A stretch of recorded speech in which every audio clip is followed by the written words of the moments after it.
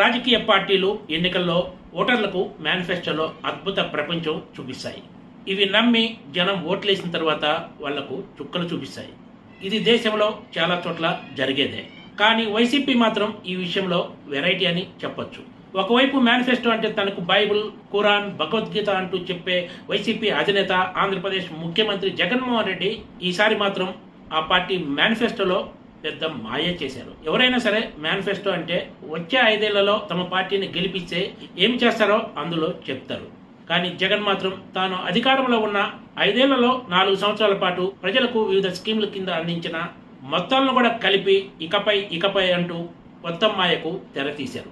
వైఎస్ఆర్ చేయూత విషయంలో కూడా జగన్ వైసీపీ మేనిఫెస్టోలో ఇదే మాయ చేశారు. వచ్చే ఎన్నికల్లో కూడా జగన్ను గెలిపిస్తే వైఎస్ఆర్ చేయూత పథకం కింద 4 విడతల్లో కలుపుకొని లబ్ధిదారులకు 75,000 రూపాయలు అందుతాయి. కానీ మేనిఫెస్టోలో మాత్రం ఇకపై 1,50,000 రూపాయలు లబ్ధి పొందనున్నట్లు కలరింగ్ ఇచ్చారు. కాపు నేస్తం విషయంలో కూడా ఇదే మోడల్ను ఫాలో అయ్యారు. ఇక్కడ కూడా ఇకపై కాపు నేస్తం కింద 1,20,000 రూపాయలంటూ ప్రత్యేక కలర్లో మేనిఫెస్టోలో ముద్రించారు. వచ్చే 5 ఏళ్లలో 4 విడతల్లో 15,000 రూపాయల చొప్పున మొత్తంగా 60,000 రూపాయలు లబ్ధి కల్పించబోతున్నారు ఈ పథకం కింద. కానీ మేనిఫెస్టోలో మాత్రం ఇకపై కాపు నేస్తం కింద 1,20,000 రూపాయలు అందించబోతున్నట్లు నమ్మించే ప్రయత్నం చేశారు. ఇంచుమించు అన్ని స్కీముల్లోనూ ఇదే మాయ చేశారు వైసీపీ అధినేత ముఖ్యమంత్రి జగన్మోహన్ రెడ్డి. గౌరవంగా గత పథకాలన్నింటినీ కొనసాగిస్తామని చెప్పి ఉంటే బాగుండేదని, కానీ గత 5 ఏళ్లలో కూడా ఇచ్చిన పథకాలను కూడా ఇందులో చూపించేసి అబద్ధాలను అచ్చేసి ప్రజల ముందు పెట్టడం అంటే పార్టీ పరువు తీసుకున్నట్లే అన్న వ్యాఖ్యలు వైసీపీ నేతల్లోనే వ్యక్తమవుతున్నాయి. కాపు నేస్తం కింద వచ్చే 5 ఏళ్లలో 1,20,000 రూపాయలు అందించబోతున్నట్లు కొంతమంది వైసీపీ అభ్యర్థులు ప్రచారం కూడా చేసి తర్వాత అసలు విషయం తెలిసి నాలుగు గచ్చుకున్నారు. వైసీపీ మేనిఫెస్టోలో ఉన్న మాయలు చూసి ఆ పార్టీ అభ్యర్థులే అవాక్కవుతున్నారంటే పరిస్థితిని అర్థం చేసుకోవచ్చు. అబద్ధాలను రంగుల్లో అచ్చేసి మరీ ప్రజల్లోకి వదిలిన ఈ మేనిఫెస్టో వలన వచ్చే ఎన్నికల్లో లాభం కంటే నష్టమే ఎక్కువ జరుగుతుందనే భయం వైసీపీ అభ్యర్థులను వెంటాడుతుంది. ఈ వైసీపీ మాయా మేనిఫెస్టోను టీడీపీ, జనసేన, బీజేపీల కూటమి ఎంత సమర్థవంతంగా వాడుకుంటుందో వేచి చూడాల్సిందే.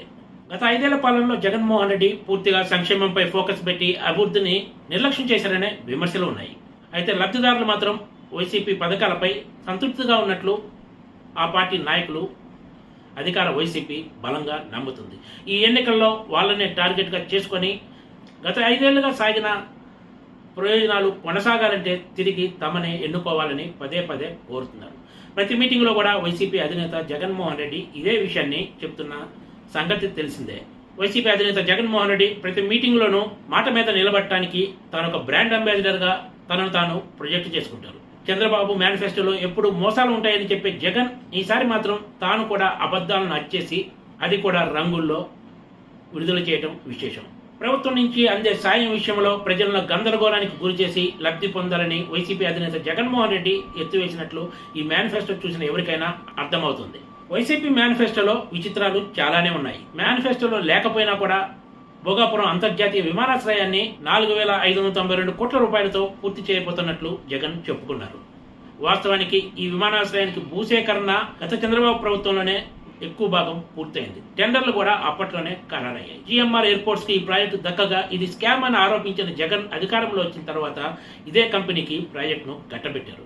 ఆంధ్రప్రదేశ్లోని ప్రతి జిల్లాలో కూడా కొత్తగా ఎయిర్పోర్ట్లను అభివృద్ధి చేస్తామని చెప్పిన జగన్ మేనిఫెస్టోలో మాత్రం ఈ విషయాన్ని విస్మరించారు. అంటే ఇది జరిగే పని కాదనే విషయం ఆయనకు కూడా అర్థమైనట్లు ఉంది.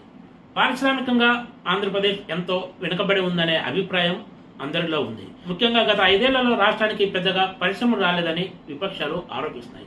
ఈ తరుణంలో వైసీపీ మేనిఫెస్టోలో ఆ పార్టీ అధినేత ముఖ్యమంత్రి జగన్మోహన్ రెడ్డి ఒక ప్రమాదకరమైన ప్రతిపాదనను తెర మీదకు తీసుకొచ్చారు. అదేంటంటే ప్రతి జిల్లాలో కూడా పీపీపీ పద్ధతిలో పారిశ్రామిక పార్కులను అభివృద్ధి చేస్తామని. ఇప్పటి వరకు రాష్ట్ర వ్యాప్తంగా జిల్లాల్లో కూడా పారిశ్రామిక పార్కులను అభివృద్ధి చేసే బాధ్యతను ఏపీఐఏసీ మాత్రమే చూసుకునేది. పీపీపీ పద్ధతిలో అంటే ప్రైవేటు వ్యక్తులు పార్కులను డెవలప్ చేస్తే అక్కడ అందుబాటులోకి వచ్చే భూమి వ్యయము భారీగా పెరుగుతుంది. ఇది పారిశ్రామికవేత్తలకు ఏమాత్రం ఉపయోగకరం కాదనే విషయం ఎన్నో వ్యాపారాలు ఉన్న జగన్మోహన్ రెడ్డికి తెలియంది కాదు.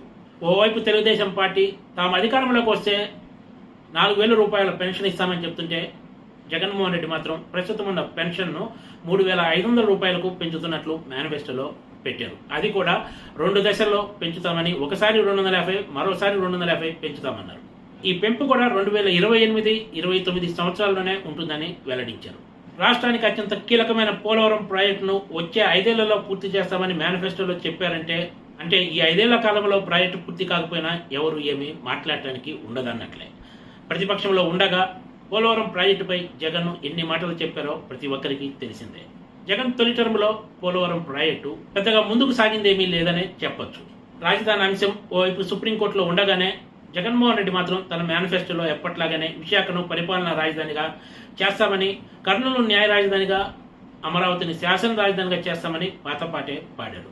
ఒక మాటలో చెప్పాలంటే వైసీపీ విడుదల చేసిన మేనిఫెస్టోలో 1-2 తప్ప పెద్దగా సంచలనాలు ఏమీ లేవని చెప్పొచ్చు.